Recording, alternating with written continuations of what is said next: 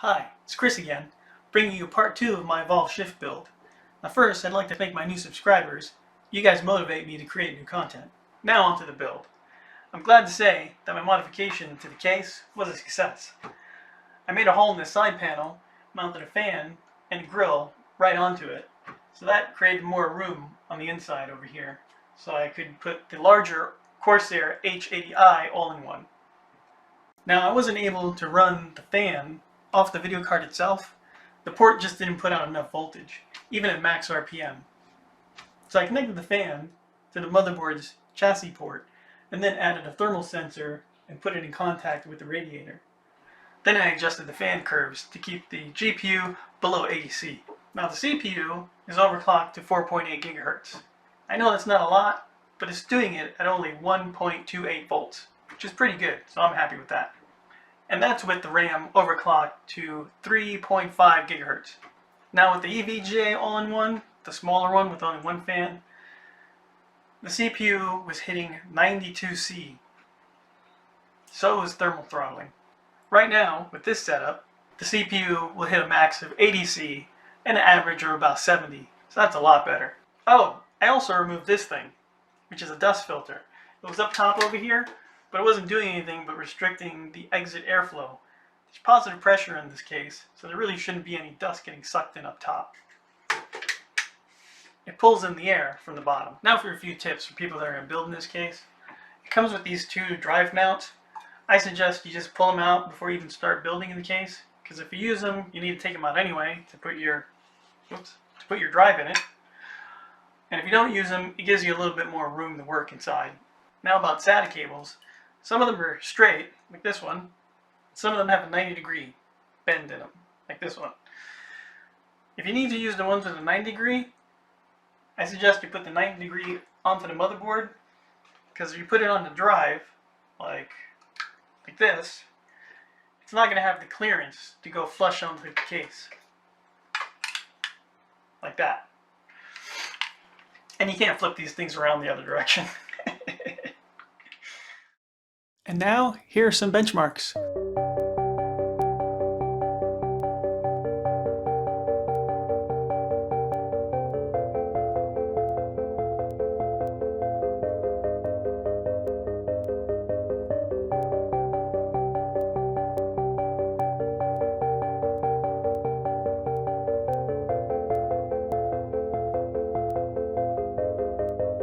The following is the case modification that I made.